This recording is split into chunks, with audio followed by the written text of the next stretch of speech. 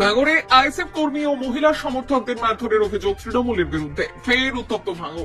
ISF করার অপরাধে মহিলা সহ একাধিক আইএসএফ কর্মীর সমর্থককে মারধরের অভিযোগ উঠল তৃণমূল কংগ্রেসের বিরুদ্ধে।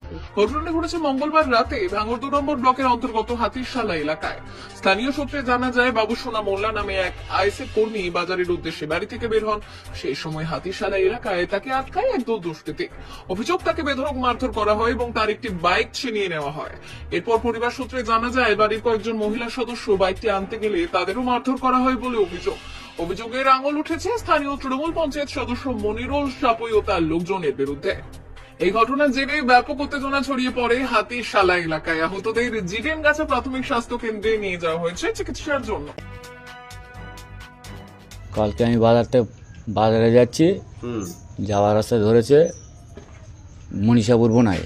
ধরার পরে বাইকটা কেটে নিয়েছে, ওপরে মারধর করেছে। তারপরে যখন বাড়ি সব বউ জ্বালিয়ে সব দিয়েছি চাবিটার জন্য, ঠিক আছে, গাড়িটা বলি গাড়িটার মণি ভাই আমার গাড়িটার চাবি নিয়েছে, ঠিক আছে। তার বলা মাত্রই আমার মা, আমার বোনের, আমার ভাবি, আমার ওয়াইফের মারধর করেছে কালকে। কেন মারলো? কেন মারি? একটাই অপরাধ, একটাই কি বলছে, তোরা আইএসএফ করি, তোরা দল করতিস, আগড়ায় একই কথা বলে আসতো, ঠিক আছে। মিনা দোষে মারধর করছে, একটাই কথা কি, তোরা আইএসএফ ছাড়বি না দুনিয়াতে সরবি। ওরা কোন দল করে? ওরা টিএমসি দল করে। এত সাহস পাচ্ছে কোথা থেকে? এত সাহস পাচ্ছে, এর আগে ধরো শওকত মোল্লা, এর আগে এই শওকত মোল্লা আসার পর থেকে এই ঝামেলাটা বেশি বাড়ছে। যতদিন আরাবুল ছিল ততদিন এরকম ছিল না, এতটাই ছিল না। আচ্ছা, এখন এই শওকত মোল্লার দায়িত্ব পাওয়ার পর এরা অমর হয়ে আছে, এসব পাগল হয়ে আছে, যার ধরে মারছে।